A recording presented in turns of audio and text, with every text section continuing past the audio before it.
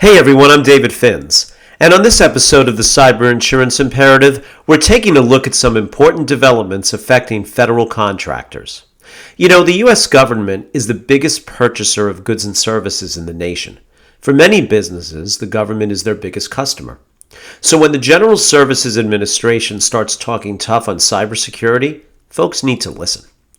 As the agency responsible for the procurement of much of what Uncle Sam needs to keep the government running, the GSA, along with the Department of Defense and NASA, have proposed new rules for federal contractors. These were published in the Federal Register this past week, and the goal is to develop a uniform approach to contract wording around cybersecurity requirements for companies doing business with the federal government.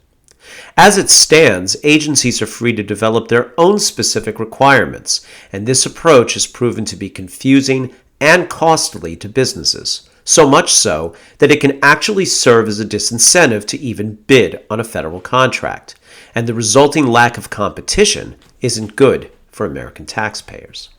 So what's in the proposed rules? Well, one area of focus is information sharing.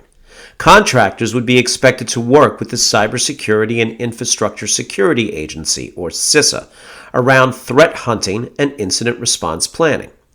If a business should experience a cyber incident, they would also be required to provide the FBI with full access to their information systems. But perhaps an even more significant provision relates to vulnerability management. Under the proposed rules, contractors would be mandated to create and maintain what is known as a Software Bill of Materials, or SBOM, with respect to any software that is being used to deliver goods and services to the federal government. Now, having an SBOM is a best practice for businesses anyway. This is not a new concept. I actually touched on it in my first episode of this program back in January of 22 in discussing the Log4j vulnerability. Because we've seen the role that software plays in exploits by threat actors, as was more recently evidenced in the MOVEit file transfer exposure. Now, folks, if you don't have a handle on what programs and applications you're running, you're not going to be able to patch the software when needed, and you might not even know to retire it when it reaches its end of life and is no longer supported by the developer.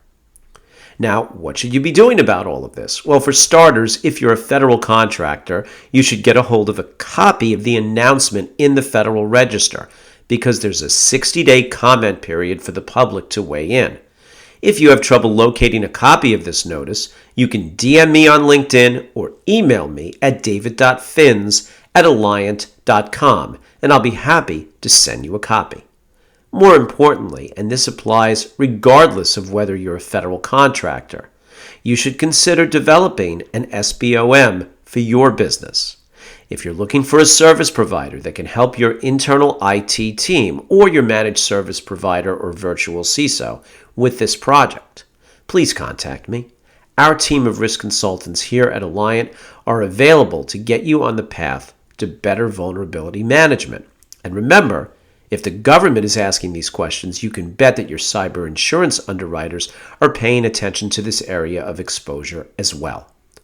And if your insurance broker isn't having these conversations with you, maybe it's time that you discover the more rewarding way to manage risk. Thanks for watching.